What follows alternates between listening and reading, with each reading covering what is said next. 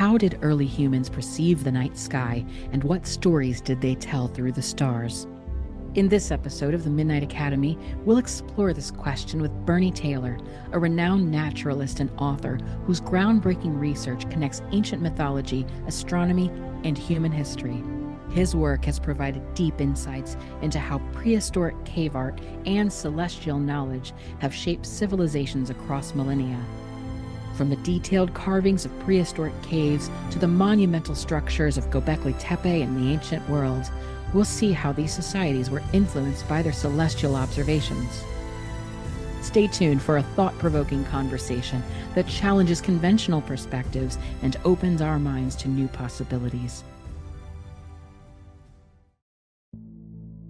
According to Nietzsche, there are two different types of people in the world: those who want to know and those who want to believe.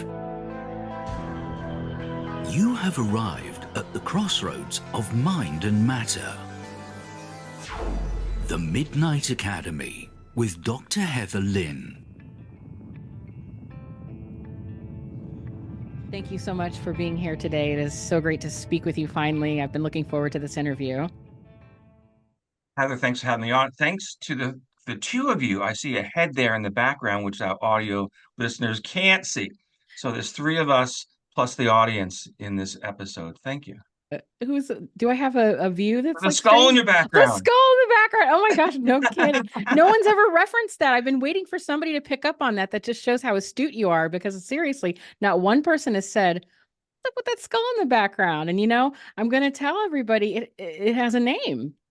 Is it anybody we know that? Is there a history to the skull? This skull is named Dana. Dana Scully. Dana Scully, that's a good one. That's a good one. So, no, it's just a model that I have used in a class before, and I just think it looks a little fun and realistic. And so she's been my little friend and my little pal sitting in the background, giving a spooky vibe. I also have another little one you can't see; it's extra hidden like an Easter egg. But I have a little alien bobblehead peeking around the corner, so we have a full audience. Today we will discover if the truth is out there. Well, maybe we will. I want to believe. All right. Well, again, I'm so happy to have you here. I have so many questions. I'm working on a new book right now about the Anunnaki. It's not quite up your alley necessarily, but I still think that there is a lot of information that you have that might help inform sort of the prehistory that could have led into like the oral tradition and then eventually the written history. So we'll see how that goes. My general perspective is that in the Upper Paleolithic, in the cave art, we had mythology, we had astronomy, we had an understanding of psychology, of people relationships, and we certainly had a lot of information about other animal beings, okay, and their biology, and that the ancient world and pre-ancient world, so Gobekli Tepe, inherited all this. Of course, they inherited it because it's just how things happen. And so, from my perspective, Gobekli Tepe, that sort of Neolithic area, and into the ancient world, which would include ancient Mesopotamia, they inherited all this information and all these images and all this mythology and all this astronomy. And so nothing is really new, but really just rewrites and redos of what people have always known throughout time. The difference is that we mentally or psychologically have some changes throughout time. So in the time of the ancient Greeks, Orion, the hero, slays all the animals that he encounters. Hercules he slays his children and his children. That's how he has to go through this penance. And so we don't have those demons within us today, or hopefully we don't. And people in atomistic times, tens of thousands of years ago, the Paleolithic cave artists, they were not slaying animals. They were living among the animals, as just like you might have a cat, you have a dog that you name you name their family members. You name them, you celebrate their birthdays. You can admit it. It's okay. Okay. Or maybe even a goldfish. I mean, people do. And so the family just gets bigger and bigger when you have your mother bear and you have your father lion and all that sort of stuff. So from my perspective is that people have changed societally over time, how we relate to each other and the environment. But the fundamental mythology, the stories, the characters that emerge are the same. So we're not as brilliant as we think we are. An iPad doesn't make us smart. Okay. That's Be true. able to build an iPad doesn't make you smart. Um, the Be able to tell your place in time, as people did tens of thousands of years ago, in the seasons, throughout the years, through the sun, the moon, and the stars. That was the original intelligence that allowed us to be here today. Because if we didn't have timekeeping, we could never have this program. Timekeeping allows people, separate people, to communicate, to come together, to do larger projects. Mm. Everything that was the founding, those are the base, the foundation of everything we do today. And it happened tens of thousands of years ago by hunter-gatherers who were not primitive. They were highly intelligent. And that's we're their inheritance. That's Yeah. my general idea, my general hypothesis. I couldn't agree more. I mean, it looks like the evidence surrounds us all the time with things like, oh, just, I mean, time itself. The Sumerians developed the way that we keep time, and based on the 60 seconds to a minute, et cetera. But, we've always had these different ways to have time and weights and measures and try to have something to compare something else to. But what's interesting as well is you could initially think, well, they're of their environment, so perhaps it has to do with, weather patterns and changes. And while that's important, I think something to look at is the precession of the equinox and what they would Mhm. look at when they looked up at the sky. How old is the zodiac? Do we even know how far Question. back That's that actually a really goes? good question. So most of the zodiacal constellations originate at least 34,000 years ago. So we have Mm, Pisces, and we have Taurus, we have Leo, um, and a whole bunch of other constellations. In fact, we have about 20 or so constellations from the Upper Paleolithic that the Greeks incorporated into their astronomy through Claudius Ptolemy. So the constellations go back in the same characters and the same orders for at least 34,000 years ago. So were they zodiacal 34,000 years ago?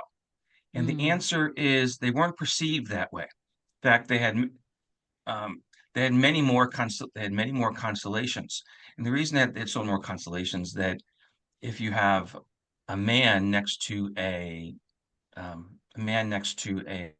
dolphin, the two integrate to create a merman. So that becomes another constellation. So mm. when I say there's 20 or so that are inherited, those are the 20 we can distinctly say that's Pisces. We can say that's Orion, that's Hercules, that's Leo, that's Taurus, that's Canis Major. Um, but most of these animals actually integrate with the human characters on his journey. So there's many they had many more constellations than we have today. And the constellations that we have today, you can see in a computer program, or you look in the books, they were actually made about or formulated in the 1940s or 1950s or so by the International Astronomical Union. And what they did was they found that there were a lot of constellations that overlapped each other.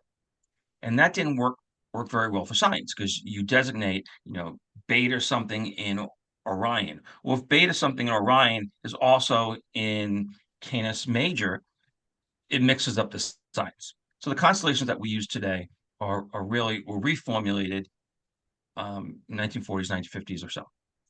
And the reason that they overlap is because, going back to Claudius Ptolemy, who put them together for the Western world, he had them all overlapping.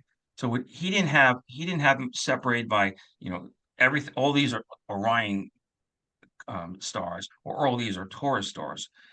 He had that this would be the eye of Orion, or this would be the leg or the foot of Orion, or the left or the right foot, or Rigel and Scythe. And so, because his source had it as overlapping constellations, and the overlapping constellations comes from these animals that integrated with the human on his journey. And Wow. so the zodiac, as we see it today, it's very modern in a sense, that where the stars are and the designated with those constellations. And so if people and it goes here ties into your precession, the big precession question: who knew about precession and when? Okay, Right. which ties into the zodiac as well. Well, I can look at an Upper Paleolithic cave image at 34,000 years ago, and I can look at another one at 25,000 years ago, and I can recognize the constellations. Okay. but those constellations are in different seasons. And we can tell they're in different seasons by the animals that are represented or the stages of the animal. So if you have a juvenile eagle, it's in June, May, June time period, because that's when you'd see a juvenile eagle. And so what all these images do is they give us times of year. So these cavemen, when they're going, the one 25,000 years ago, he saw the 34,000 years ago, he'd say time was different. He'd say that was a different time that isn't today, because today we don't have fledgling juvenile eagles in June. Because it's not a thing.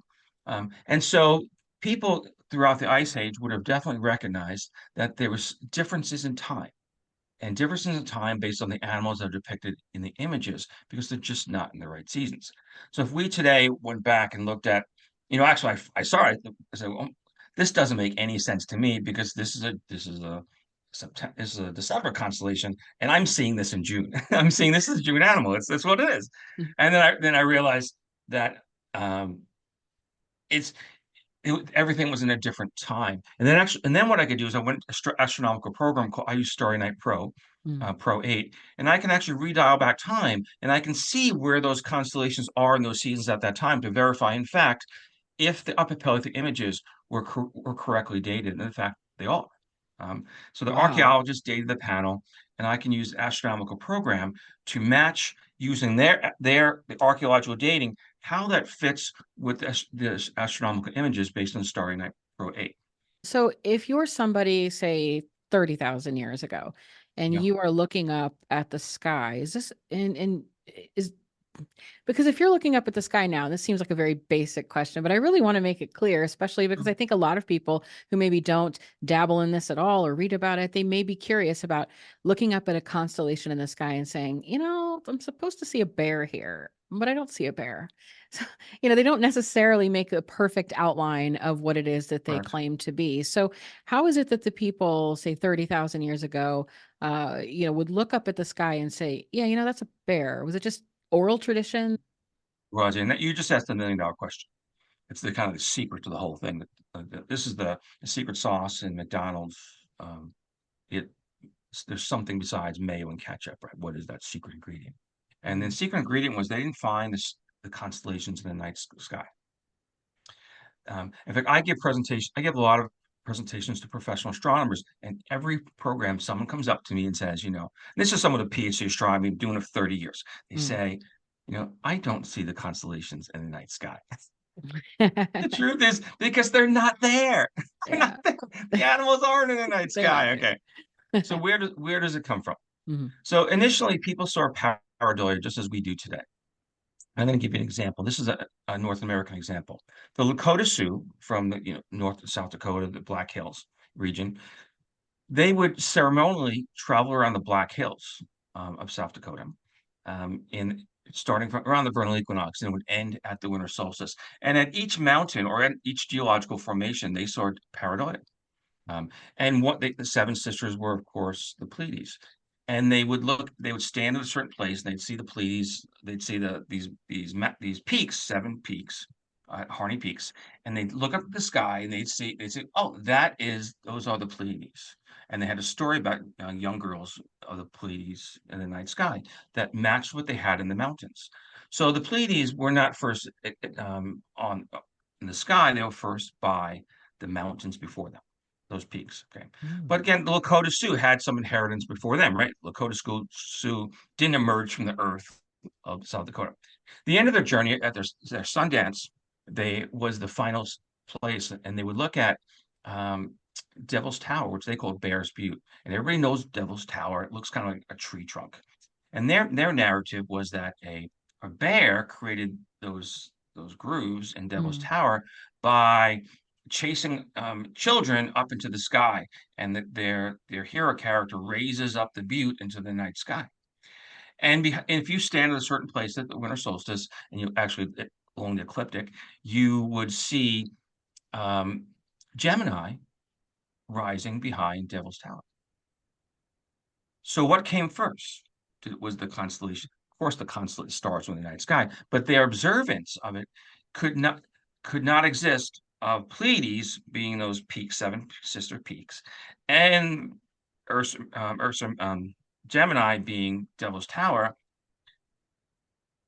you couldn't create the Devil's Tower and you couldn't create the 7 peaks. You just couldn't do it. Therefore, the observation of the pareidolia on the terrestrial plane came first. And then they looked at the night sky and said, hey, these are the constellations. And the Lakota Sioux have, or Lakota, I should say, Lakota have about 12 constellations that are tied to terrestrial elements on the ground. Okay. So So when the could you explain real quick what pareidolia is in case people don't know? pareidolia. So pareidolia is when you look at the clouds and you see a bunny or a giraffe or the head of a horse. You're looking at pareidolia. It's not there. It comes out of the imagination. Some people who have strokes completely lose the ability to see pareidolia. They can't see bunnies in the sky. They have difficulties recognizing faces because faces are also to some degree pareidolia. To recognize one face from another. Pareidolia is also required the ability to use pareidolia with our minds is required to see depth of scale in photographs because or paintings because it's flat. I mean, you can't. There, the artist creates depth of scale, so your mind has to figure that stuff out. In the same way that the Lakota mind, figured out that the Gemini, the striations and the shape, generally the conical shape, was the same as Bear's Butte or Devil's Hmm. Tower. So That's that so interesting. so we have this concept, and you can look around the world and we can find these sorts of things. But it's clear that the Lakota didn't come from South Dakota, from that region, the Black Hills. We know that. In fact, before the Lakota, the Cheyenne had that same territory because the Lakota kind of kicked them out. Um, but the Cheyenne had the same mythology. We Wow. can see the overlapping mythology of the Black Hills. So the Lakota actually inherited it from the Cheyenne, and this is no respect to any Lakota out in podcast land. They know the story. I mean, they know. Okay. Yeah. And so this is the concept we find around the world. So why can't this concept have originated deep in time? So what I Mm. looked at, can we find recognizable characters on these walls of caves that correlate to pareidolia on the terrestrial plane that we can walk around? And the answer is almost every image that can be recognized as a constellation is also recognized as terrestrial pareidolia. And for example, there's in northern Spain, there's a mountain called Pico de Panamera. You kind of pronunciate it correctly, you have to say it correctly. And Pico de Panamera looks like a face. And I went there, I climbed the mountain in our car. Okay, we drove up. We drove up the nearest mountain, and we went to the bar and all that sort of stuff. It's called Alleys, a little town of maybe like 200 people. We saw Pico de Panamera, and that Pico de Panamera image of this sort of face of the whole that I recognize as the face of a bear, I previously recognized on 3 cave panels. And so the 3 cave panels have the exact same formation. That it's actually a bear in the cave panels that came from the pareidolia of the bear in the mountain. Okay. And so we can also look at, we have the archaeological dating of those cave images, and I could run Starry Night Pro, and I could stand in the same position as I did, stand in the same position, artistic perspective from the cave Mm. artists, looking at Pico de Panamera, this face of the mountain, and Starry Night Pro, seeing what season it is. But I actually knew the season because the cave images show it as late winter because there's snow and he's coming out of mother bear's coming out of a den with a cub on her back. Okay. And so it's a very small cub. So this is not, summer to, fall season. So we can match up the depiction of the cave of the, late winter, early spring with that direction, artistic direction, with the astronomy program to see what was in the night sky at that time. And you can just imagine that that is when Ursa Major rose to meet the sun. Wow. That's It was a whole lot. amazing. It's an amazing game. And so I did this it's actually phenomenal. But it, so yes, every one of them. And so I have when I say every one, I've got maybe, oh goodness, maybe 25. I should say that animals that are I recognize as constellations on the cave walls that then can be projected into the night sky with the exact same archaeologically dated time and season depicted on the panel, because many of them night before, five of them, five reuses in the caves, probably about 40 to 50. That's a lot. That is a lot. In fact, I do a lot of scientific conferences, and the difficulty is which ones do I show? And so I'll do a whole bunch of, it's one conference, I'll do a whole bunch of bears and I'll do some horses. And one of the images that we find up in Cave art is we find horses without heads. So Huh. why would you have a horse without head? We can think of we can think of a head of a horse without a body. Seems kind of reasonable, right?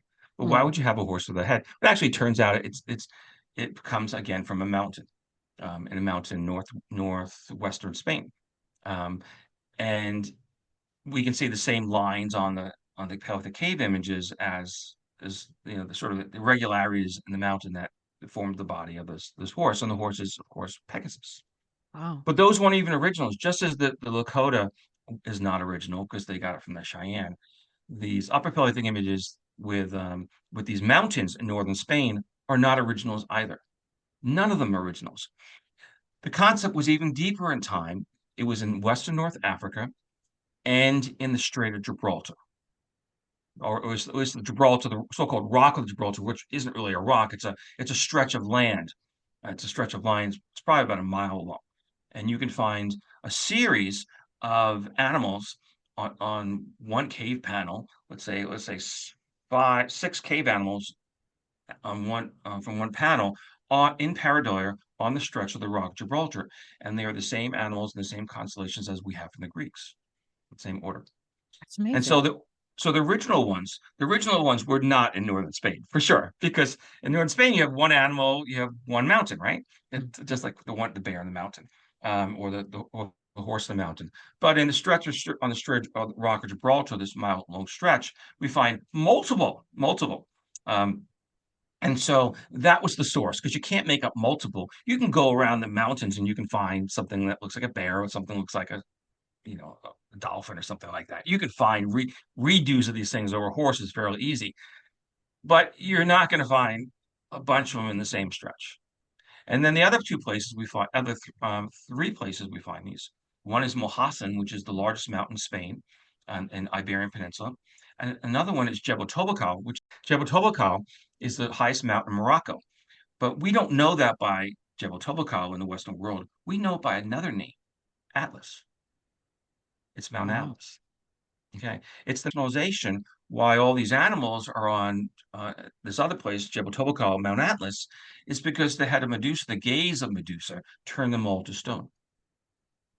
So Wow. people had explanations for these in the distant past. And so the four major places are Mohassen on the southern part of the Iberian Peninsula, which is not that far from Gibraltar, or the Rock of Gibraltar, Jebel Toubkal, which is Mount Atlas, and then the third one came up, which I was not expecting to see. The third one came up last year, and Netflix, Cave of Bones, and it totally blew me away. Netflix Cave of Bones was about Homo naledi, bones and potential burials, and what that team in South Africa, I just threw it out, South Africa, they believed that was Homo naledi art, because they found they found this cave art, and it was pretty obvious. And they said, well, this must be Homo naledi art because we have no evidence anybody else was in the cave. Well, that's lopsided logic, and they got actually destroyed. But Mm. the still issue was this cave art, and I looked at it right away. Actually, they had made a connection between cave art in Gibraltar and the cave art in South Africa, because it's a match. It's a match. They didn't recognize the characters, but they were just looking at the lines, and they knew it was the same. It wasn't rocket science to know it's the same. So their idea was, well, maybe Homo naledi made the rock art in Gibraltar. That didn't happen. Okay, Right. but anyway, it totally didn't happen.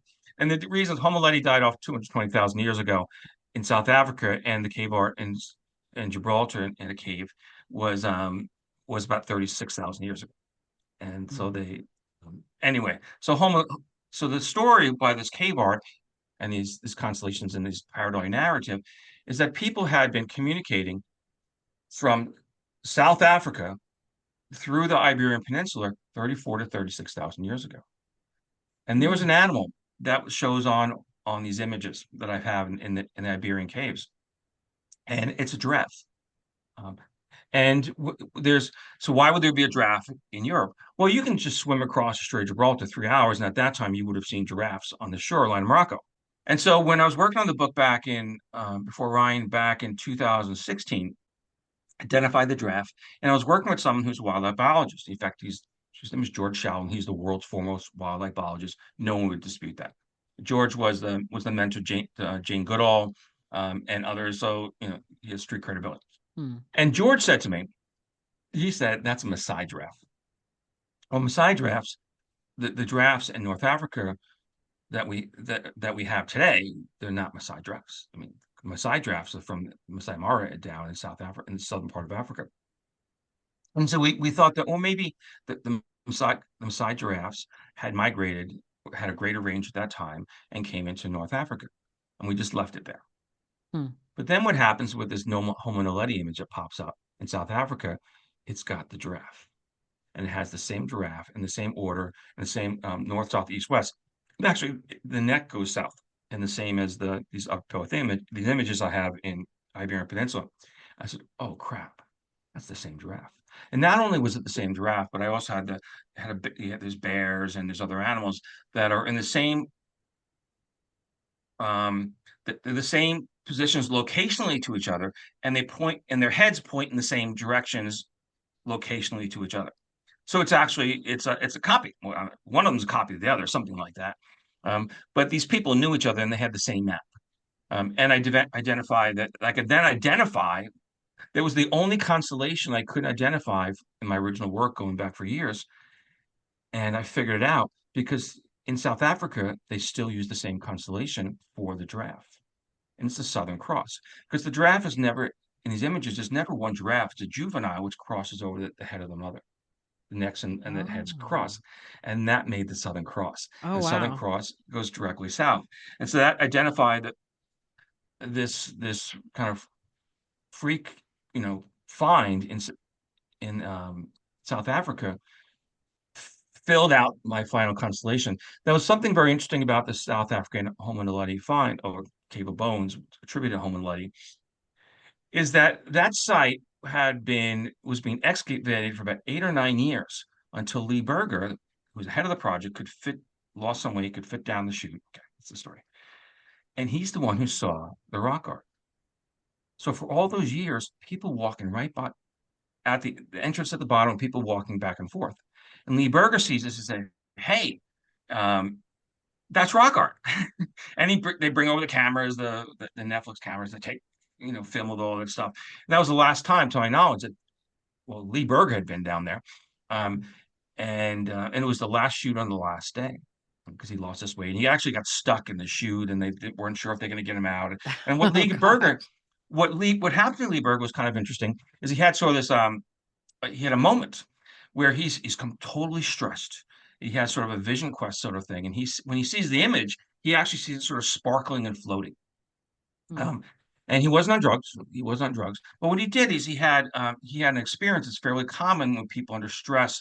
They have great strength. They can lift a car up when there's a Oh, yeah, yeah. dog at it or something. Okay, but Yeah. also people see visions, and so he was hypersensitive Hmm. visually, um, and so that was the experience that he saw these.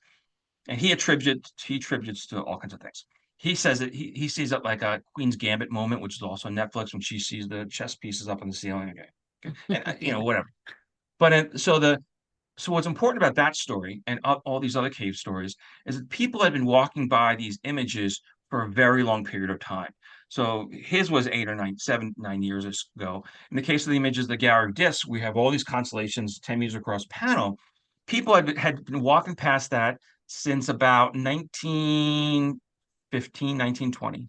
So people were walking back by these images, and they had this concept, well, these are primitive artists. So yes, they can carve or they can paint a horse, or maybe two horses and a bear, but to have that they could believe anything beyond that that they had any science, they had any astronomy that they could count, they could, know the seasons or any. It was these people were primitive. Of course, they couldn't do that. And you can go on the internet today, you can still see people say primitive hunter-gatherers couldn't make anything.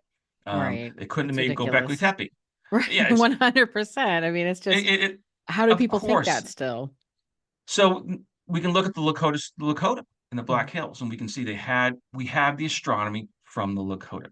We have um, we have about 10 constellations in the correct order, not just on the land, but in the night sky. And every one of those constellations has a myth one myth ties step by step into the next one. Okay. That's So we amazing. so we have hunter-gatherers that we have a record of, okay? And it's no one disputes it. And the information came directly from the Lakota. Um, and it was actually recorded by a Jesuit priest. And the Jesuit priest said to the Lakota, and this was about 1900 or so. Actually, 1940s, he wrote it down. And the Jesuit priest said to Lakota, I don't believe any of this. This is not my origin story. But this is an important origin story. The Jesuits tend to be highly educated people. Mm. Um, and so he knew the astronomy. He knew the astronomy. And he said, "This is very important information for you to keep and for us to know globally." And so as a Jesuit priest, he wrote it down, and we have all the notes and all that sort of stuff. And we still have Was he we have tradition. French? Is he the same He was a Jesuit that discovered uh, the sorcerer, or is that a different Jesuit? Because there were a lot of it's a different Jesuit. Yeah, the Jesuits got around because they were the educators. yeah. Um, but and I'm not pro or anti-Catholic or Right, right. anything like that. Again, I It's just just a fact. They did have Jesuit priests made a habit for a little bit of looking at cave art and interviewing people and doing oh, ethnography. you're thinking the Abbey Brule, Yes, yeah. Yeah, okay, yes. So I got he him fell mixed into up. he was interesting. The Pope of prehistory, they called The him. Pope of prehistory.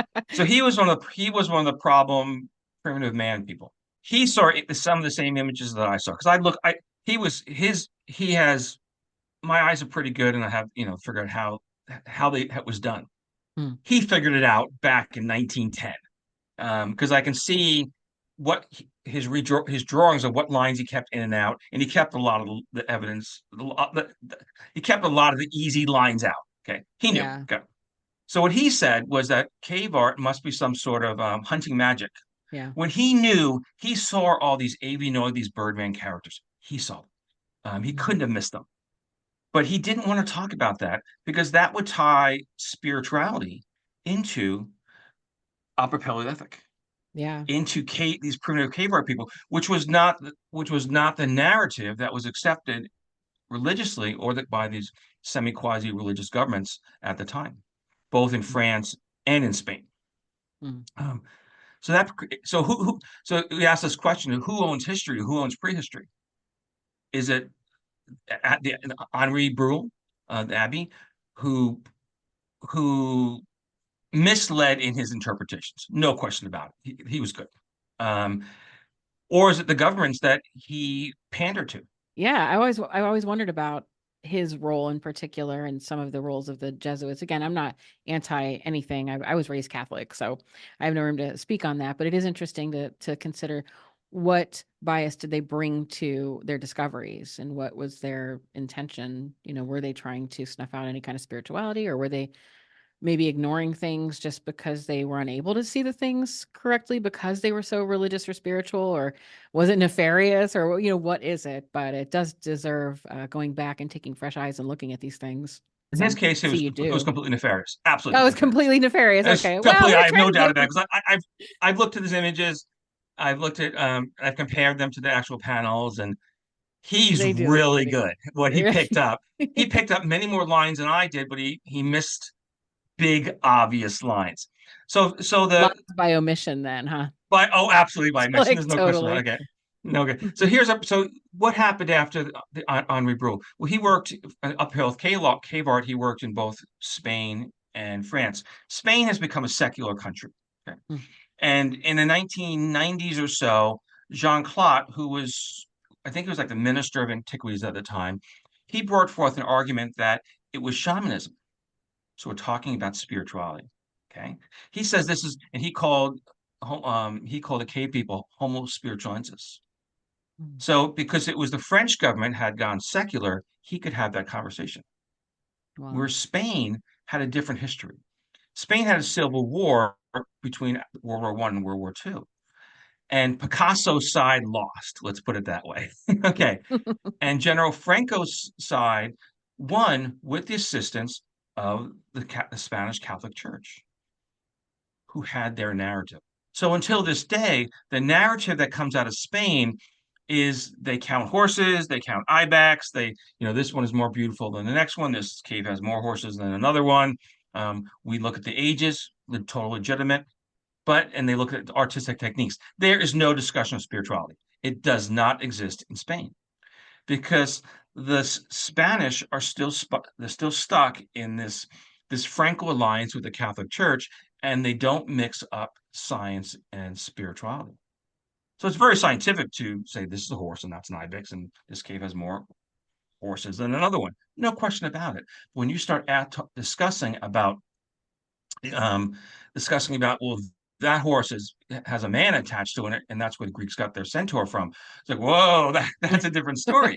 Right. That's that because then you're talking about spirituality among people, and that conflicts with the politics of parts of Spain, Yeah, for and sure. the politics of Picasso. Picasso was he was a very political person, and Picasso um, he painted these same images. He lifted characters, um, this Birdman character. He lifted it from a cave in France, and he put it into one of his paintings.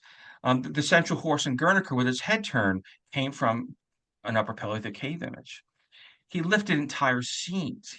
His first Cubism, Les Demoiselles d'Avignon, 1907, 1908, has two kind of grotesque masks that people say, well, they're African masks. Actually, they come out of the Altamira cave. I mean, exactly lifts out of the Altamira cave. But the Spanish don't want to talk about that. And the reason is they're not happy well, in northern Spain, I should say. Northern Spain, they're not happy with Picasso because Picasso sided with the communists, and Picasso supported the Basque people. And the Basque people were effectively terrorists until about 15, 20 years ago. And they were terrorists against the province next to them, which is the province that has the Altamira Cave. There's a banner outside of the Wow. Altamira Cave. Yeah, so it's politics. It So is. who owns history and who owns prehistory? It's the governments. It is Mhm. totally the governments. And where does your government side? So there's a banner so not everybody is agreement with the official Cantabrian province position on should we talk about Picasso related to this cave art in Altamira. So somebody, assume it's the director who's on Team Bernie, put up a banner in the parking lot. You have a picture, you have an image of Picasso, and at the top it says Disparcitio, which means basically wanted. So that would be the sign. If you want to get some drug smugglers in Mexico, you would put that name, you put this sitio, you put the person's name, and underneath it has the phone number. You call the civil authorities, and you can rip it off the top. But it's actually you can't this big, right? But it's a big banner, Oh, and so wow. someone at the museum is saying, out to the museum, we need to talk about this. So Picasso should not be treated as an enemy. He should be treated, and we should be connecting this great work of early Spanish people, however you want to call it, um, with the cave art and the modern art of our time. And so there's conflict, and I've actually stirred up a lot of conflict in Spain. Um, and so it is what it is. What do I mean? Persona non grata. Oh, there's people who would not, who if they could ban my passport, they would do it. Yeah. Oh, But wow. there's people who are like totally gung ho because they see that this direction is where we have to acknowledge this. We have to acknowledge not just the past of uphill K bars, we have to acknowledge our own past of why we are here today and France is someplace else, and has entirely to do with the politics and who won the Spanish Civil War. And so Hmm. we talk about who owns history. Who owns it? It's the people who won the wars. It's written You by know, the victors. it was the victors, and in Yeah. France, and through multiple revolutions, the clergy lost their positions in Spanish society, in French society. Mhm. So how do we define history? We're still northern Spain is still stuck in Genesis, whereas France through Jean Claude is saying, it's all shamanism. I mean, he's Yeah, not correct on that, it's but yeah. so you're seeing these drastic differences in perspective. Now, there's another thing that happens in a prelate cave art is that the governments actually own the images. You cannot go. There's only one cave in Spain and no caves in France that you can go in and take pictures. I know that is a problem. So if you want to write a book about this, Hmm. you cannot go in and take your own images. You have to get approval from the governments to use those images. You can copy and paste the images off online to use in a slideshow, but it's never going to be book material. So you have to get permission. So my way around that, so this how did I do it? Well, in national law, it's called the artists have continued rights to their images. They own them forever. So the Picasso family owns the rights to the images, the publication of the images for like 80 years after Picasso's death. So we haven't reached that. And so it's called the Mickey Mouse law or something. Yeah. And recently, Mickey Mouse, it's 80 years since the point of Mickey Mouse, the first Mickey Mouse, and so now people can go publish Mickey Mouse all they want.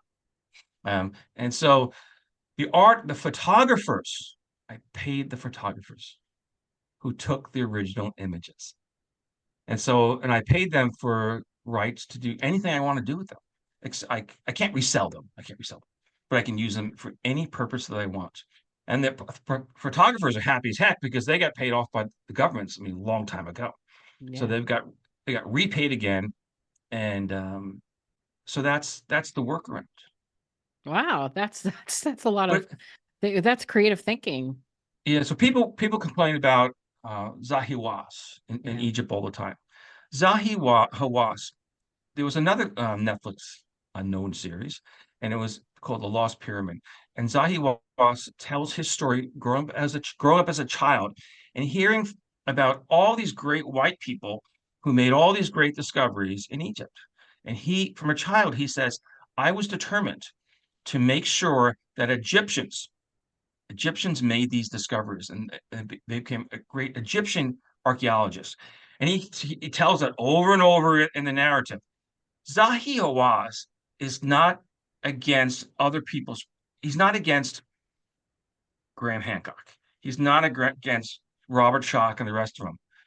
Zahi Hawass is pro-Egyptian, Mhm. and there is a political narrative in Egyptian that's tied to the archaeology in the same way it is to Spain, and the same way it is to France. And those governments control the resources, the reproduction of resources. So it's not that Zahi Hawass could care less about Graham Hancock or Robert Schoch and the rest of them. He has no interest in it. He's interested in Egyptians getting the credit for the great archaeology. This episode of the Midnight Academy is brought to you by ancientartprints.com. Celebrate 300,000 years of human history with stunning artwork from the ages of antiquity.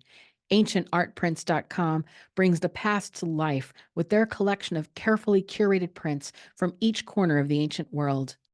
Enjoy museum-grade quality prints, a 100-plus year guarantee, and you'll also get free international delivery on all orders.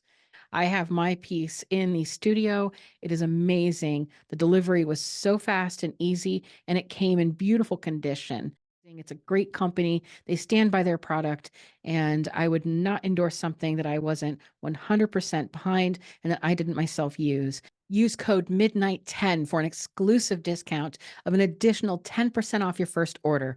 That's MIDNIGHT10 for 10% off your first order at ancientartprints.com. Something that you bring up about the control factor, I don't think it's spoken about enough. I recently found out I was interested in this idea of people using artificial intelligence to translate the Sumerian tablets. I don't know if you've seen anything in the I've news seen that. Yeah, about that. yeah. Well, so I looked into that a little bit. It was interesting, a little spooky maybe because, AI is not that great yet. So I looked into it and the press releases make it seem like it's this cute little graduate school study and everyone's just getting together and doing this novel thing. But when you look at who's funding it, There is an organization, it's a global organization called the Transatlantic Platform, and they're giving a lot of money to large science foundations globally who then distribute it through their entire system. It trickles down to the individual, research institutes. What is the motivation behind a large organization to do something like that? Is it just simply to test the capability of AI? Is it, it could be a host of things, but it's sort of uneasy to think that there could be a centralized point where the translation of such ancient texts are, agreed upon in such a way that there is this maybe unquestionable narrative. Sure. I feel for Egyptologists who want to go to work, do research in Egypt, because they have to work for somebody in Mm, an official capacity. yeah. So in terms of the, so who are the victors in these cases? Is it the governments? Is the archaeologists? And the archaeologists have to go along with whatever the government say. Right. And they, if you want to film in Egypt for a Netflix series, you're gonna have to pay off somebody or pay off a whole bunch of people. You're gonna have some Mhm. middleman who's gonna fix it. That's how the game works. So this is a phenomenon that happens mostly around the world, most places around the world. It doesn't happen in the US. It doesn't happen in Canada. So and it doesn't happen in the UK either. UK. So most countries are doing this, but the voices of the people that are complaining about it, so it's not just me, Graham Hancock and Robert Schoch and so on. Um, we don't see this happening. We're not living in these countries where this is basically part of the system of how things work. So this is foreign to us. You've got to pay off somebody to get images Yeah. or to make a documentary, and a person that is putting the money in their pocket. Mhm. So I pay these photographers who'd already got paid off by the governments. Okay. Um, and so I was part of the same system. I beat the You system, gotta but I play was the part of this. game, though, I You totally have to play played the it. game. Yeah. I played the game. So I don't know about the AI. I went the Sumerian tablets, but it all falls into the same narrative. Who owns it? Do the publishers own it? The narrative. So the Yeah. journals are generally of closely associated people, and that's why you have so many journals, because you have different associations of ideas of people. And people think this mainstream archaeology or mainstream history now narrative. That is completely false. It doesn't exist. Archaeologists don't agree with each other. I go to archaeology conferences, I go to anthropology, astronomy, and so on. These people throw papers at each other, they yell at each other, they mock each other. This is They're true. horrible to each other. So Yes, yes. if anybody out there in podcast land is, offended by, what somebody has said to Graham Hancock or Robert Schoch or the rest of them, get over it, because that is the smallest amount of humiliation that they receive in their own conferences. I get totally humiliated in these conferences too. I don't feel humiliated, but there's people who are adversaries to my ideas, my perspectives, that they go for the jugular. Absolutely, they make up stuff, and it's just Mhm. complete craziness. But at the same time, archaeologists support each other, and Graham Hancock and Robert Schoch support each other, and I have people in all different places supporting me. I speak at conferences now, and people clap at the end of my presentations when they clap for nobody else. Okay, I get invited to speak at sessions at conferences that I never intended, big conferences in archaeology that I never intended to speak at or attend. So the you have science is ultimately through momentum of continuing of a movement. It's not through um, you know you going to the juggler or something is not going to work in the long run. Right. But it asks who owns it? Do the people at the conference own history? Do the books own it? Do native peoples own their own history? Which is another interesting question, because um, archaeologists, geologists, anthropologists, ethnologists, and others, they have very different perspectives of indigenous knowledge than the Oh, indigenous yeah. peoples do. And does that make them right or the indigenous people is wrong, or vice versa? Should we respect the indigenous position, even though in many cases, we know it's absolutely incorrect? The Lakota did not invent that astronomy in the Black Hills. It came from the Cheyenne. The Lakota came from the Mississippi region. They were farmers until they got the horses, and then they rode the horses on the Great Plains, and they beat back the Crow and they beat back the Cheyenne. Okay. So we know we have this history, and the Lakota know the same history. But what creates their own history that we should give respect to is a question. I mean, it's a huge question. And so who is the, you know, who is the victor to get the spoils in these things? I credit the Lakota because they gave the information to the Jesuits, fair and square. Um, but we have different histories, and who owns these histories throughout time, and it's clearly who wins the wars, who has the power on their side. Yeah. Yeah, Mm. without a doubt. It's not about science. No, unfortunately, it's not about the simple quest for knowledge and the natural curiosity of mankind. It's usually about power, leveraging power, and control, and all of the other nefarious things, unfortunately. Money, fame, even down when it trickles down. Of course, people have egos and they want their name to be all over their discoveries and that sort of thing. But Mm. yeah, so that's interesting. I know I ran across some of this strangeness and political motivation. Maybe about a decade ago, I was doing some research on a site in near Ur called Tel Khyber in Iraq. It was the University of Manchester, was over there doing some research, and I was looking into. They weren't very friendly. They didn't really want to talk a lot. They put out their press release, and that was it. I wanted to know more, but they granted me an interview, and then they ended up ghosting me once I submitted the questions. So they didn't like my questions, apparently. Mm. So I started then thinking, well, what's going on here? And I saw that the people who are funding the university, and again, it's like this big power structure. So the archaeologists who are actually digging and on the ground, and they're just doing their jobs. They have families, they have bills to pay, Mm. that sort of thing. But the people at the very top, I noticed in this particular case, it was being run by Gulf Sands Petroleum. So big oil was involved. An individual, one person, Baron Lorne Thyssen of the Thyssen family dynasty, and Wow. he was important because, well, for one thing, his family uh, heavily funded the Nazi party and the Nazi war machine in particular. But aside from that, sins of the father and all, so forget that. But what this individual is guilty of is being at the time, being the person who owns the second highest amount of antiquities next to, I guess, Queen Elizabeth. So they weren't sure if it was Queen Elizabeth that had more antiquities or he, but he was a collector of antiquities. And so, he's out there funding this. He has a keen interest in the Mesopotamian history. And there were all of these different organizations who were heavily involved in it. And they weren't just giving the money.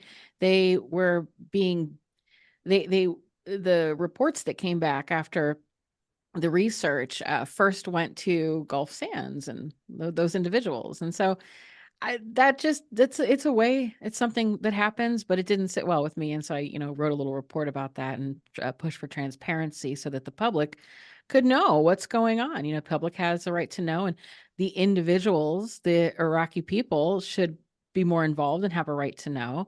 But it came into this question of who owns history, who owns the information, who owns the artifacts, especially somewhere like Mesopotamia, where it's the so-called cradle of civilization. I mean, are we all not linked to this somehow in some way, even just culturally? So yeah, there's a lot of money and big business in history, and I don't think enough people realize that. I think they think it's a passing hobby or fascination, but it brings a lot of power. Absolutely. One of the things you're touching on is connections across countries. And so people Zahi Was is actually retired now, but people Yeah. in that current circle of power do not like the idea that Gobekli Tepe is being connected to ancient Egypt.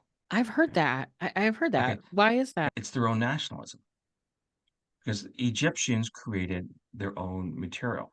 And Gobekli Tepe created their own material, and the cave artists created their own material. But with my proposal, it's actually all connected.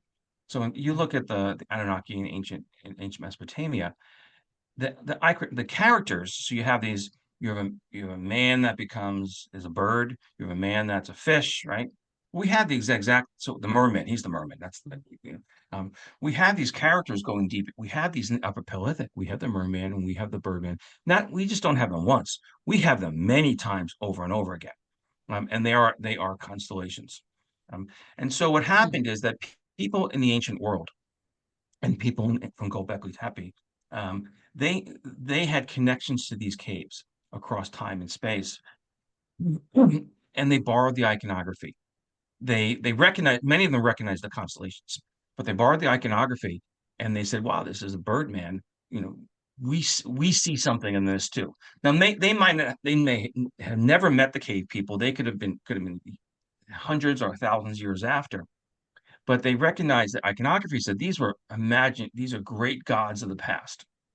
And they, on some of these panels, the Hercules character on the Gower disc is probably like 4 meters in length. It's huge. I mean, it's absolutely huge. Wow. Um, and so they saw these were huge. These are huge gods.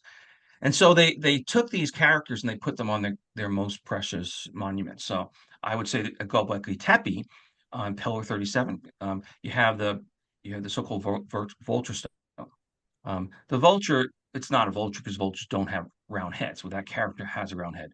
What we're looking at is a bird man.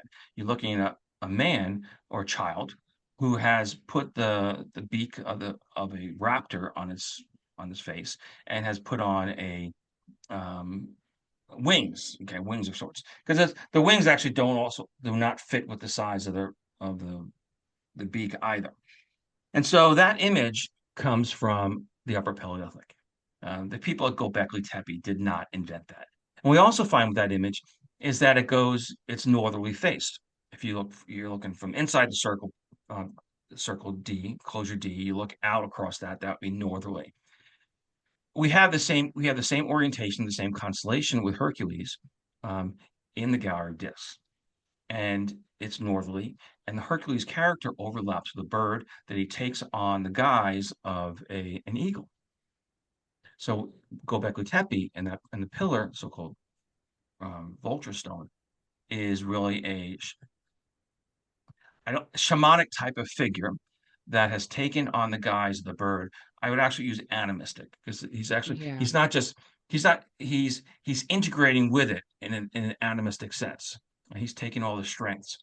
And below that, on that pillar at Gobekli Tepe, we see a scorpion. And below the Hercules character, we have a crab.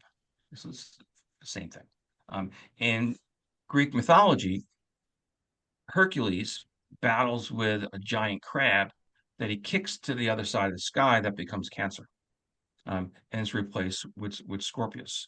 The Gower disc image was the original crab image before he kicks it away. And so the so-called vulture stone. It's the Hercules character that overlaps with the bird and has the scorpion under him. It's the same imagery in the same order as we have in the Upper Paleolithic for 34,000 years ago. And then we go into look at ancient Mesopotamia.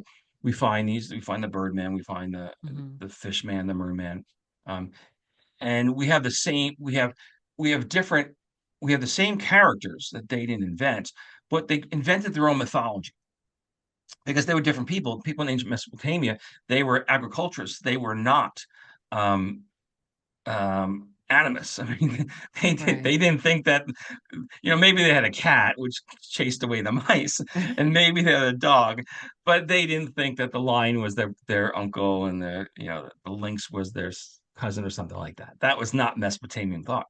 Mhm. Um, and so they created different narratives about from the same iconography, but they still recognize that the person received the strength of these animals from the bird and from the fish. They recognize that, but their mythology had changed. And then we go to the ancient Greeks who developed mechanical devices, and they inherited a great deal from the Mesopotamians. And then suddenly, in their history under Eudoxus, in the same time as Plato, they pick up all these. They just get this sudden insurge of constellations that were different from the Mesopotamian constellations. And those are the constellations that came from the Iberian cave art. And it started with Wow. Eudoxus, came down the line. Same time as Plato. Well, Eudoxus had been to Egypt, in ancient Egypt, and we know he actually studied under, and he was in Egypt at the same time as Plato. So now you're listening. Now you bent forwards, and so the listeners out Mhm. there. So now it's sort of getting really, really interesting. Okay, for Dr. Heather. So Eudoxus gets this huge grouping of constellations that he passes down to Ptolemy, which then ends up in the Almagest. And we can see where they started with Eudoxus, because we have everybody between Eudoxus and Plato and what they knew or what they didn't know. Okay. And we had people before Eudoxus, what they knew and what they didn't know. So we can actually trace it, Eudoxus, who was in ancient Egypt. Who was in Egypt? I don't know. I don't think it was he received it from Egyptians, because Egyptians had a completely different astronomy set of, and they were very much more agricultural, very similar to the Mesopotamians. But what they did drop in is you dropped in all these animistic constellations. You have the Centaur, you have Sagittarius, you have these things just don't fit into ancient Egypt. There's no connection to that and ancient Egyptian concept. No, I'm sorry, not ancient Egypt, ancient Greek concept of living. Mhm. They were not animists. There's absolutely no reason for them to have people who make mechanical devices, agricultural people in cities, to be inventing centaurs. It just wasn't part of their world.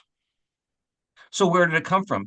So somebody, can't tell you who it was, but it could have been most likely the Phoenicians, had been to the caves, and they brought this constellation set, the whole set of constellations, and they were in Egypt. And that constellation set was picked up by Eudoxus, Eudoxus. People want to look it up. Okay. And he brought the astronomy. So Plato's there at the same time. So what did Plato learn? Well, we know Plato's story. Okay, we know his story. Plato said that there was a lost civilization that was fell beneath the waves through cataclysmic events and the gods and all that sort of stuff. Well, if we look at the gallery disc, it's one side is the north, the other side is the south, and of course we have the middle. On the northern side, we have the Iberian animals, and on the southern side, remember the giraffe? We've got an African animal, actually multiple African animals, but that's like the distinctive one, right? In the middle, we have all these marine animals. Okay. And it's pretty easy to realize that is the Strait of Gibraltar based on the animals. There's an Iberian lynx on one side.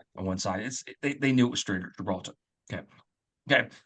And then we have these marine animals in the space between land masses would also suggest it was a Strait of Gibraltar. Okay. So you didn't have to be a great navigator to figure this out, because that was the strait. Well, on the top of the image, there's a different set of characters. And those set of characters we talked about earlier, they emanate from Jebel Tobakal, Mount Atlas, where Perseus climbs the mountain and he changes everything into stone, including the animals, and the Titan Atlas. So, but Jebel Tobakal geographically does not fit at the top of that map. That map from north, going across it and looking north to south with the marine animals in the middle, which suggests that Jebel Tobakal is just west of the Strait of Gibraltar, as that map is pictured. Okay. But Jebel Tobakal is like 500 miles south of there in Morocco. The reason they have Jebel Tobakal at the top of the map is because they want to show how the constellations go around the circle. Oh. They're actually different images. In the same way that the giraffe isn't just on the other side of the Strait of Gibraltar, which I actually thought for a long time. The giraffe is way south in South Africa. They're showing us the revolution, the cycle of the constellations. It's not a descriptive Amazing. map. So if you were Plato's source, okay, and a highly intelligent person, knew the navigation, knew the maps, and said, well, heck, there's an island continent right off of the Strait of Gibraltar based on everything I see, you'd come to one conclusion, is that it's sunk beneath the sea. Completely logical. You can't, you know, but unless that person had read Herodotus, who came before Plato. Herodotus wrote that there's a mountain called Atlas, in the, they call it Libya, on the west side of Libya, and it's so high that the people think that it's the home of the gods, and they said the people never ate a living thing, so they're vegetarians. And you want to guess the name of the people that they called themselves? Don't say Atlanteans. You got it. No. It was actually they called it Wow. they said Atlantes, which is the same thing. Okay, Oh, and wow. that's what they called themselves. And before Herodotus, there was Sanchinato, a Phoenician, and he wrote that the same mountain Atlas was the birthplace of astronomy. And or the person who discovered it, he said it was he said it was a Phoenician. Okay, of course they give themselves credit. It was a Phoenician who traveled to Mount Atlas, now Jebel Towakal, and this individual called Orion, creates astronomy at that place, and he stayed on to live there throughout time. And so we find that through Sanchinato, and that's a few hundred years before Herodotus. So this Atlantis story, did not originate with Plato, and it didn't originate with Herodotus, and it didn't originate with Sanchinato as well, the Phoenician. It originated from an image they saw in an Upper Paleolithic cave in northern Spain, an image that was astronomically correct in such that Eudoxus, the Greek in the time of Plato, he received it and brought it back to Greek, and it went down the record into Ptolemy's Alchemist about 150 CE. So we have all the pieces to this narrative, and it goes back deep in time. So people had been going to these caves, and they each walked away with their own interpretation. One person thought there was an island across, on the other side of the Strait of Gibraltar, which is it's reasonable. Okay, another person came back with this knowledge that all these animistic, birdman, fishman, there's a lot of mixes in there. Characters that became the astronomy that we have today. Other people, such as Picasso, went in, and people knew Picasso was in the caves because Picasso made great statements about everything. Okay, and he made great statements about being in the caves. We've invented nothing, and we're Yeah. doing the same over and over again. All that sort of stuff. But what Picasso did is he lifted exact images from those caves. He never told anybody. Okay, and he put them in his own paintings. Um, but he took the animistic characters as well, and he mixed them up in the politics. So the politics he has in Guernica, he has a bull, and that bull is Franco, General Franco, who was his opposite during the Spanish Civil War. So we're going back to the politics of his time. So people during Picasso's time when he was in Spain knew exactly where he was getting it from, but nobody could talk about it because Franco won the Civil War. And so the history of Picasso himself, an almost modern day character, we could say modern day character, um, his own history was rewritten by the politics of his time. But we can see the record of the images that he pulled, many images. Okay. And what's interesting about Picasso, in one painting, Night Fishing at Antibes, I think it was like 1938, the entire image is in color except for the black and white mask that he found in the cave. So he kept the original black and white of the cave artist, and the rest of it is all in color. Aside from political reasons, do you think he was maybe inserting those to play on the subconscious? Did he feel Well, it wasn't perhaps his that subconscious for sure. He knew more like exactly what he was doing. a So what he collective, was more like a collective unconscious, or was this a political sort of move? these were his political cartoons. So in the case of the bull, the hedge it's in Guernica, the hedge chopped off. Okay. Okay. There's a dead child in Guernica. That's and the face is actually Mussolini hanging upside down, Oh, which wow. ultimately is how he died later. He died that later. He Wow. actually showed one of his ex-wives, his first wife, Olga, and he shows her in this pirouette ballerina thing move coming out of a burning barrel. So one side was all the fascists, the other side were the communists, the Russian. She was Russian. She was Russian. Okay. Mm. And so it's a political cartoon, but unless realize where Picasso received the images from, or he mined them, and the politics of the time, and you can talk about the politics of the time. Mm. So we could not have this conversation as I've just expressed in the last 3 minutes in Spain because you'd be That's off the air. wild. Okay, Wow. because you can't talk about that. And Yeah. all these years later, and it's part of the narrative. There's people in what they believe in the alternative history world. They think that they're being stifled by mainstream archaeology or mainstream geology or whatever it is. That is completely out of, that's not what's going on. They're if you want to go dig, if you want to go do a dig in France, which you're not gonna be able to do it. But anyway, let's say No. you want to, and you need to get permission to do it. You have to get permission from the regional government, and then the central government. And you're gonna say, well, what's your hypothesis? And if your hypothesis is challenging shamanism, I'm gonna tell you right now, it's not gonna happen. If you Right. want to go say that there's an Egyptian connection and all this, it's just not gonna happen. Right. And so these are controlled by governments for government narratives, Yeah. which is a completely different perspective than your audience probably has ever heard before, unless Mhm. they've heard me on other podcasts. So it's really Yeah. um, it's a crazy world that It we live is. in. Yeah, Yeah. and this is my perspective. And maybe I have some sort of massive ego, and maybe I'm coming up with a narrative to Mhm. promote, my long ago lost caveman uncle. I don't know. Well, got to look out for your ancestors. That's right. Yeah. So it's I think that a lot of people do have this boogeyman of the mainstream or the government or the any of these organizations, but I think it is important to point out that it's not individual archaeologists, it's not individual. Sure. There's so many different people, and they're all doing their own thing, and there's a lot of diversity of thought.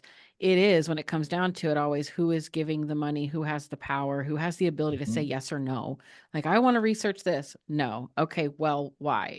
It's those powers at the very top that you mentioned. And I think a lot more people are starting to figure that out as well. I know I'm trying to work with a few people to get an expedition going to Iraq, which is uh, not an easy No, that's not easy not an for a easy lot of reasons. endeavor Yeah. for a lot of reasons. It's a little easier now. There's a lot more support, but it's still a tricky thing for all of the political reasons of who owns that history, and surprisingly, because of the involvement of other countries who are in there trying to find things and have their own agendas and whatnot. But it's not easy to arrange this. I mean, even on a local level in the United States, I've had a difficult time with local uh, regions trying to get just the basic survey done, just because they Of course don't. you do. Of course you do, because that's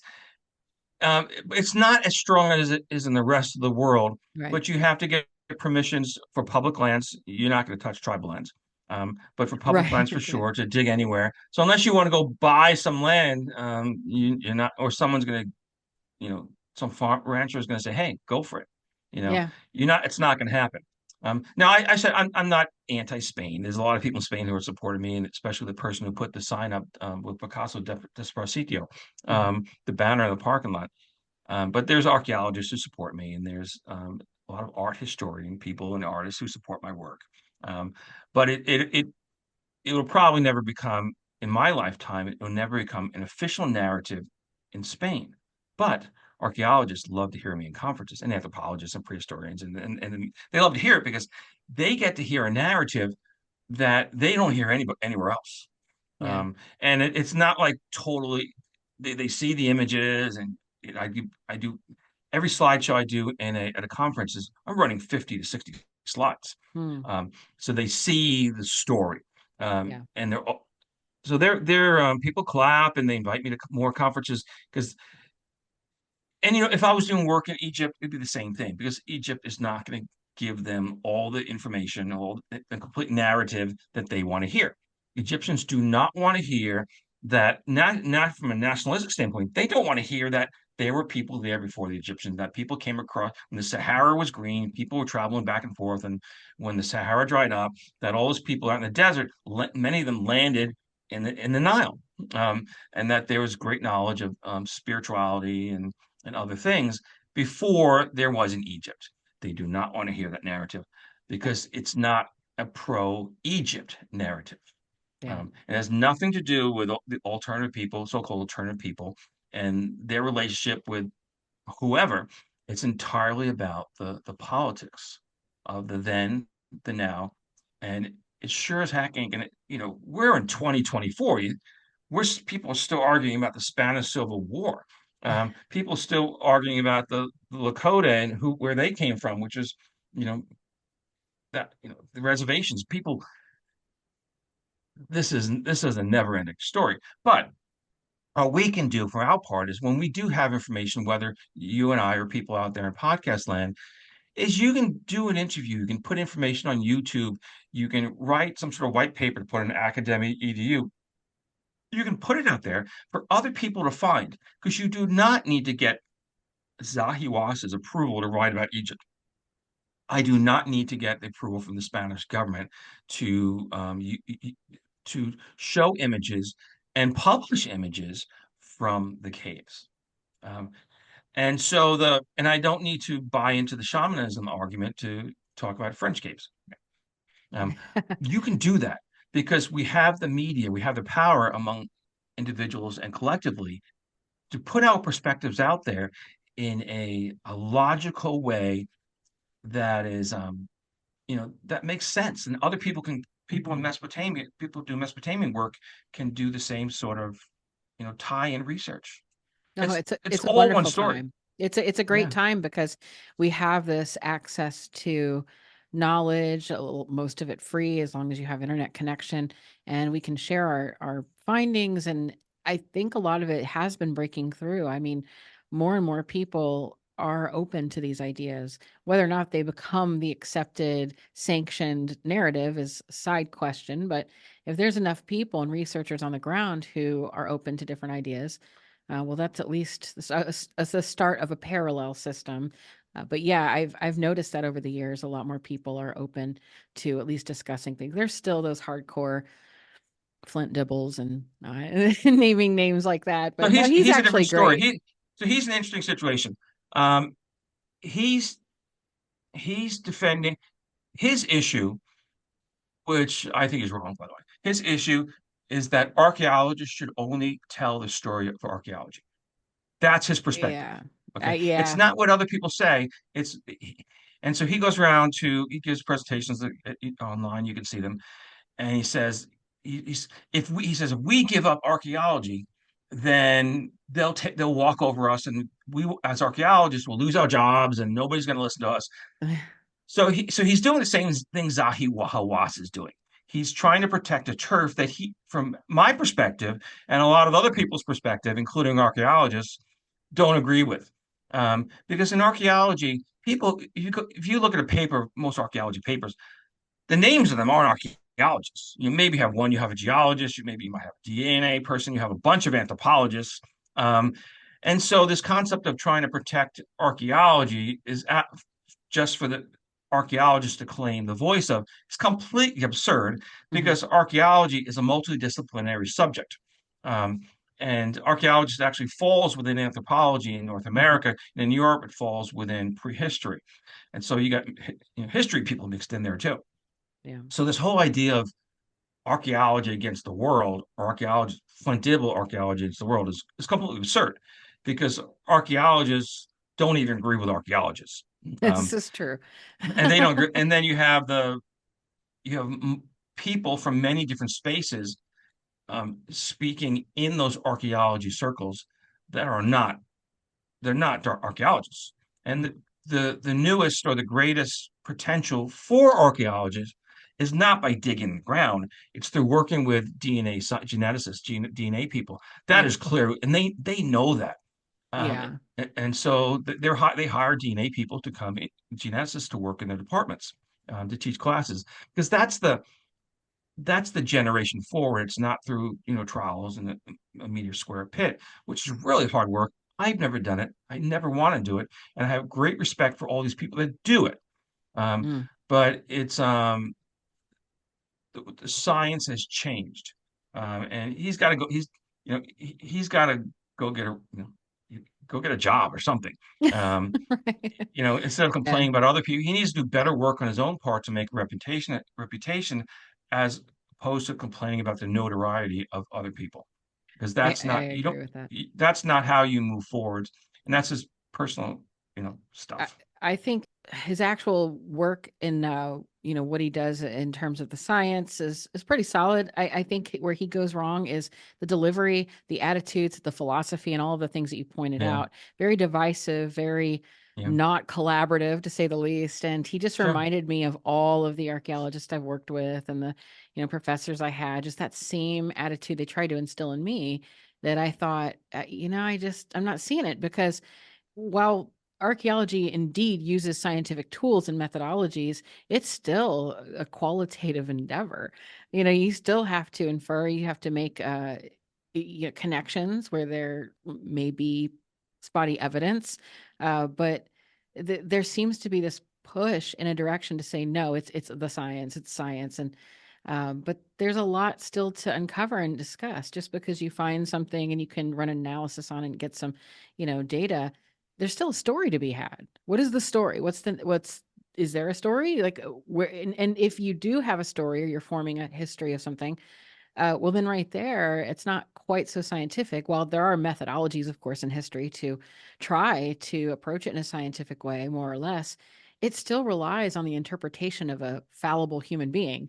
So it's like they try to legitimize it to the point where it's like irrefutable, like maybe a hard science or mathematic, Um, discipline or something, but it's just simply not. And so I think the more they fight that, the more of a fool's errand it is. And it's just, embrace it. Go multidisciplinary, embrace that and try to work together with people and don't feel so threatened. I always compare it to like astronomy. I feel like in astronomy, they really embrace, say, like amateur astronomers yes. more.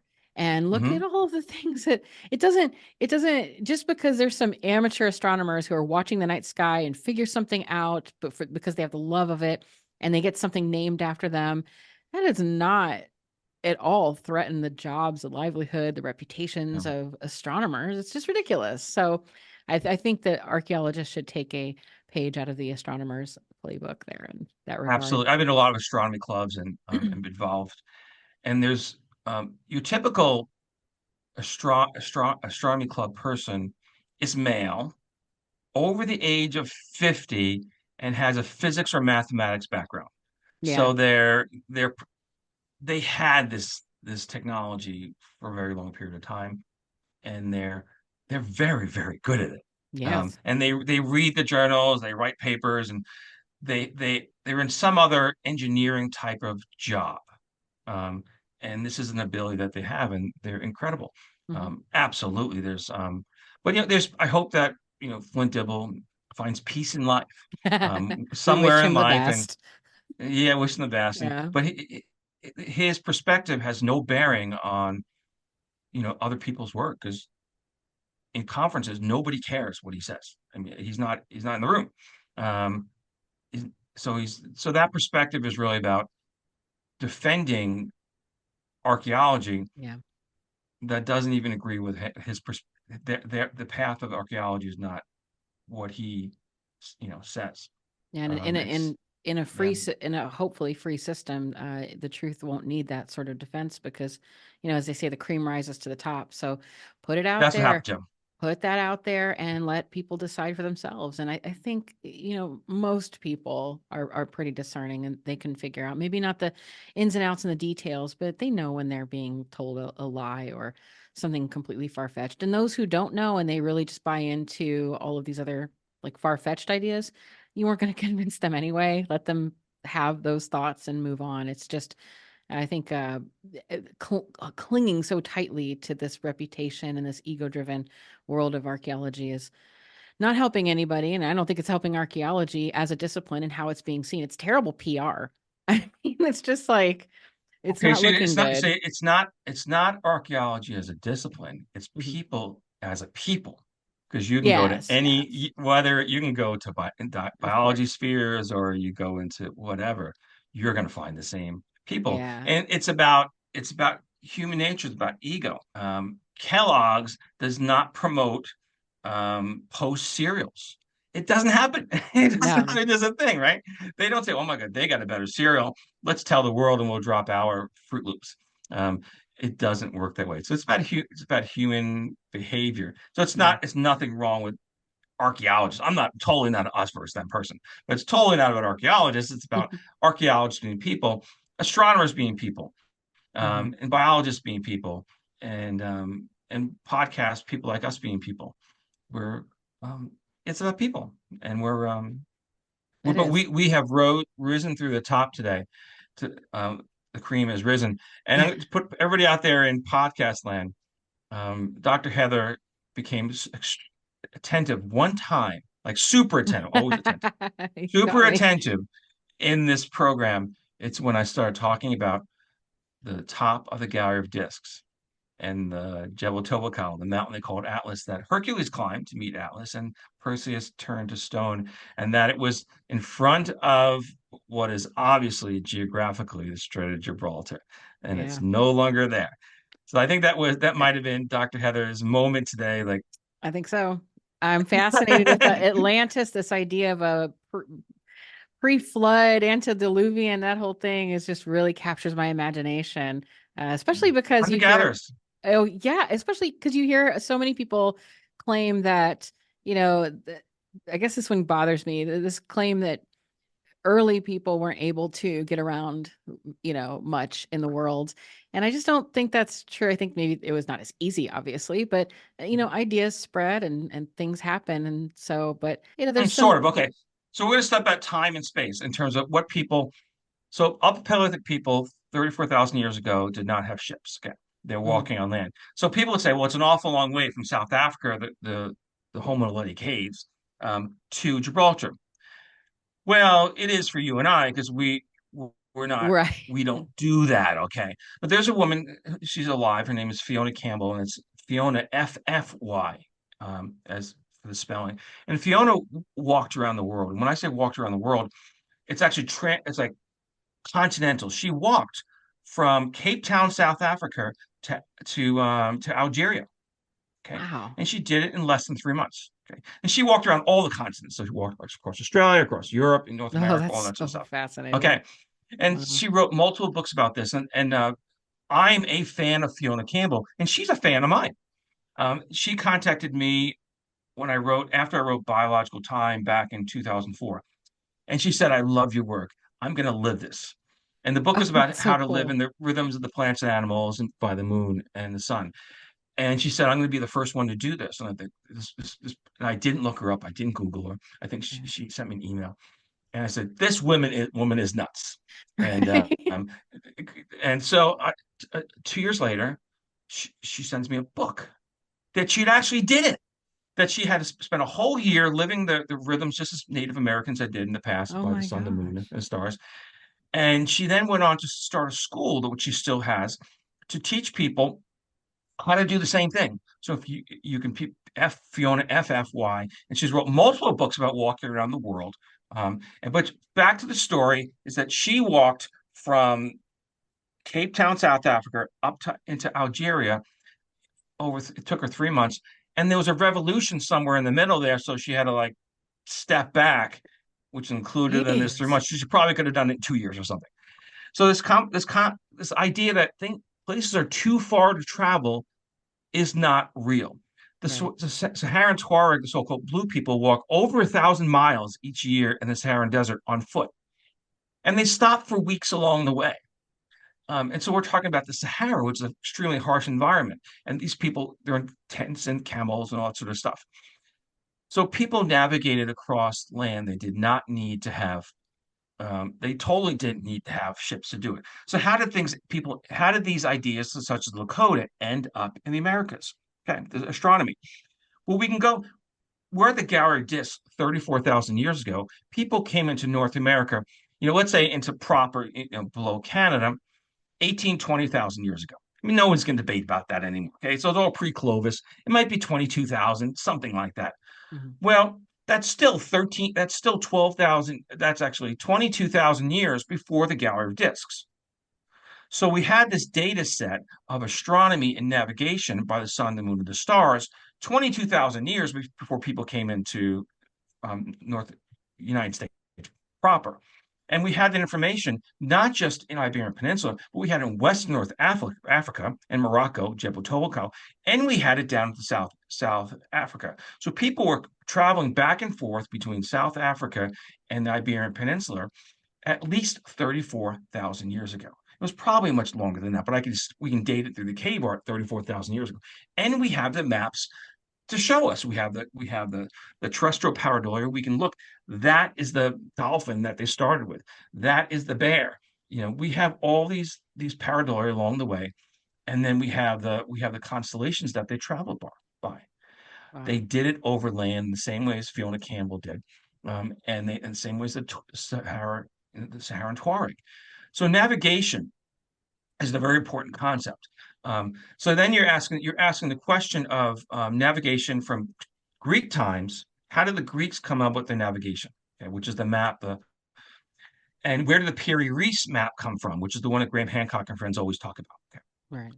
So um, Play, Claudius Ptolemy, the person who assembled all those constellations that for us that we currently have, he also wrote a book called Geographica, and he hypothesized that the northern hemisphere needed to have a counterbalance on the bottom that he called Antarctica. Okay. And so just like a top you have to have it has to be somehow weighted in both ways, otherwise the top doesn't spin. And they knew that the world was round, was a sphere. Well, Columbus had read Geographica. We have the copy and we have the notes that he made on the side. And the mistake that Ptolemy made was that he thought the sphere was a little smaller. So Columbus thought he was going to, if he went straight across from from Portugal, he would land in Japan. Okay. So his plan was to go sort of straight across and then dip down and end up in the Indies. That was the plan. And but he ended up in the other Indies, right? In the Caribbean. Okay. And so he had this map of and his map also had the Antarctica on the bottom. Well, people continued to use the Columbus map and they built on it. And so we ultimately had from Columbus went into Brazil, and so we have the shorelines that he covered, and other people went down into South America. The Piri Reis map is an earlier maps source. It's maps of Columbus and later, as well as the map of Claudius Ptolemy, because everybody still believed that there was an Antarctica at the bottom. So Antarctica was a theory and hypothesis made by Claudius Ptolemy to keep the world spinning without flipping over. Piri Reis did not know that there was an Antarctica, because Antarctica wasn't discovered until 100 years after Piri Reis.